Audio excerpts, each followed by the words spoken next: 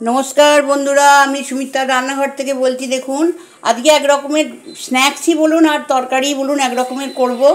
তার জন্য দেখুন আমি তিনটে এক সাইজের বাটি নিয়ে নিয়েছি, আর তার মধ্যে আমি এই দেখুন টমেটো পেঁয়াজ কেটে রেখে দিয়েছি। তিনটে ডিম দিয়ে আমি জিনিসটা তৈরি করব। তো কীরমভাবে করব সেটা আপনাদেরকে আমি দেখিয়ে দিচ্ছি।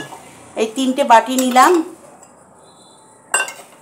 তিনটে বাটির মধ্যে দেখুন একটা করে টমেটো আমি দিয়ে দিলাম,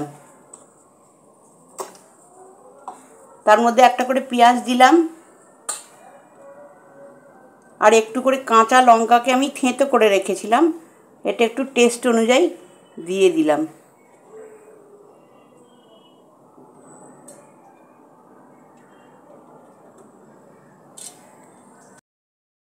দেখুন বন্ধুরা, এতে আমি একটু করে এই দেখুন নুন একটু করে দিয়ে দিলাম, জাস্ট একটু করে নুন এতে দিয়ে দিলাম।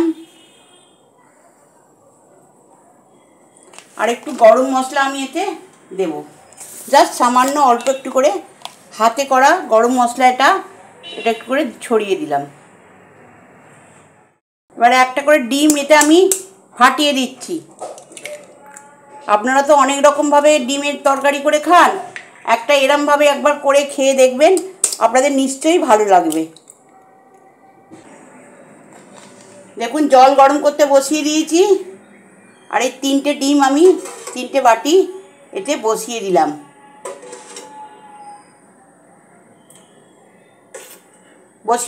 দিয়ে এটা আমি ঢাকা দিয়ে দিলাম, এটা হতে সময় দেবো, তারপর আপনাদেরকে আমি দেখুন বন্ধুরা, এটা কিন্তু আমার সেদ্ধ হয়ে গেছে। এবার এটাকে আমি নাবিয়ে ভাজবো, ভেজে আপনাদেরকে আমি দেখাবো। এগুলোকে আমি ভেজে নেবো আস্তে আস্তে।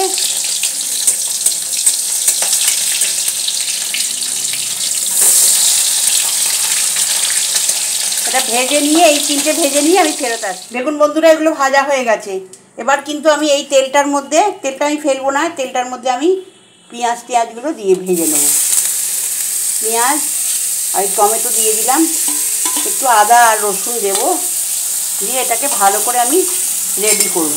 করে আমি এটাকে ভেজে ভালো করে ভেজে আপনাদের কাছে আমি ফেরত আসছি। বন্ধুরা, আগে একটু আদা দিয়ে দিচ্ছি আমি, অল্প একটু আদা দিয়ে দিলাম, একটু রসুন দিয়ে দিলাম, দিয়ে এটাকে আমি বাকি হলুদ নুন লঙ্কা দিয়ে আমি এটাকে তৈরি করে আপনাদের কাছে আমি ফেরত আসছি। দেখুন বন্ধুরা, এটা সব মশলা দিয়ে দিয়েছি। এবার একটু জল এতে আমি দিয়ে দিলাম।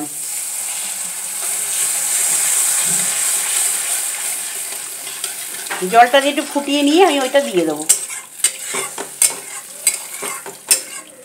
বাস, এটা ফুটতে দিলাম আমি, দিয়ে তারপর আমি আপনাদেরকে দেখুন বন্ধুরা, এটা মোটামুটি হয়ে গেছে। এবার এগুলোকে আমি তুলে ফেললাম।